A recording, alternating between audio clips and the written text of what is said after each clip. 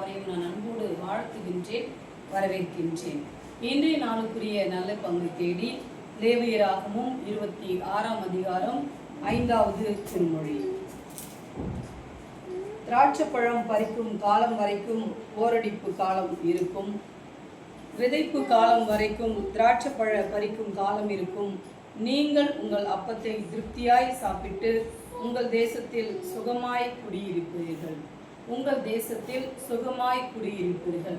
இது யாருக்கு சொல்லப்பட்டது என்று பார்க்கும் பொழுது, கீழ்ப்படிதலுக்கான பலன் என்று இந்த 26வது அதிகாரம் சொல்லப்படுகிறது.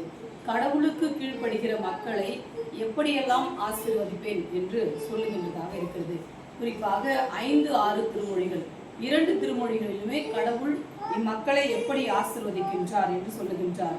கதிர் அறுப்பு திராட்சைப்பழ அறுவடை இருக்கும் என்றும், பழ அறுவடை பயிர் விதைப்பு வரை இருக்கும் என்றும், நீங்கள் விரும்புகிறவற்றை உண்டு நலமாய் வாழ்வீர்கள் என்று சொல்லுகின்றார். அதோடு கூட நாட்டிற்கு அமைதி அருள்வேன் என்றும், வாள் உலாவாது என்றும் விளக்க உரைகளிலே சொல்லப்படுகிறது. எனவே கடவுளுக்கு பயப்படுகிறவர்கள் திருப்தியோடு சாப்பிட்டு சமாதானத்தோடு வாழ்வார்கள் என்று ஆண்டவர் வாழ்த்துகின்றார். நாமும் கூட கடவுளுக்கு கீழ்ப்படிந்து நல்ல பலன்களை பெற்று ஆசீர்வாதமாய் வாழ்வோம். ஆண்டவர் தாமே திருமொழிகளை ஆசீர்வதிப்பாராக. ஆமென்.